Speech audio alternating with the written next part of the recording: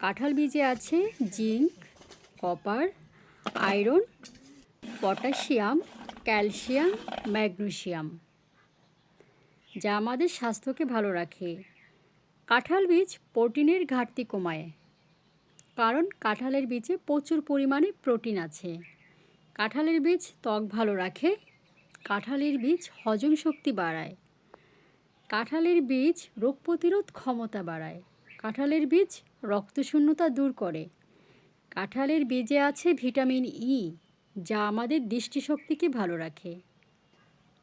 আপনি যদি আপনার সন্তানকে সুস্থ রাখতে চান, আপনি যদি চান যে আপনার সন্তান সুস্থ থাকুক, ভালো থাকুক, তাহলে কিন্তু তাদেরকে প্রসেস ফুড বাদ দিয়ে বা বিভিন্ন রকম ফাস্ট ফুড আইটেম বাদ দিয়ে তাদেরকে কাঁঠালের বীজ সেদ্ধ করে বা এরকম ভেজে তাদেরকে বিকালের নাস্তায় দিতে পারেন।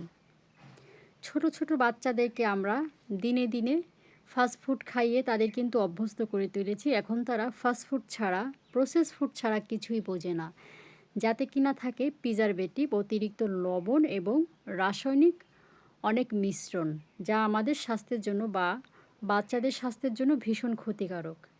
অনেকে আছেন যাদের শরীরে শক্তি কম বা অনেক ভালো খাবার অনেকে কিনে খেতে পারেন না, শক্তিবর্ধক যে খাবারগুলো, তারা কিন্তু কাঁঠালের বীজ খেতে পারেন। কাঁঠালের বীজ শরীরের শক্তি বাড়ায় এবং এই কাঁঠালের বীজ স্বাস্থ্যের জন্য ভীষণ উপকারী।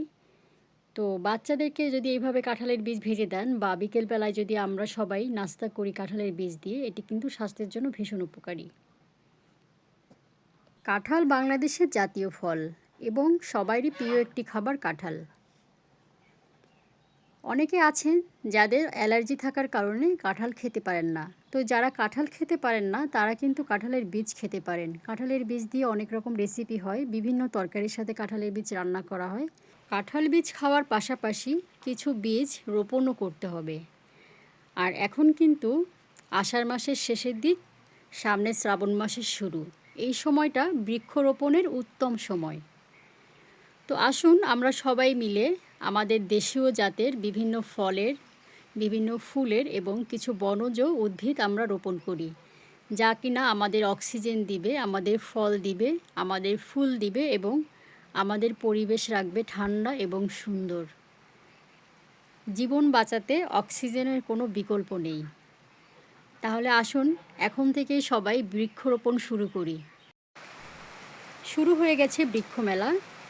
প্রিয়জনকে নিয়ে বৃক্ষমেলা থেকে ঘুরে আসতে পারেন, সন্তানদেরকে নিয়ে ঘুরে আসতে পারেন, আর প্রিয়জনকে শ্রেষ্ঠ উপহার হিসেবে উপহার দিতে পারেন একটি বৃক্ষ, যা সারা জীবন বেঁচে থাকবে এবং অসংখ্য ভালোবাসার প্রতীক হবে।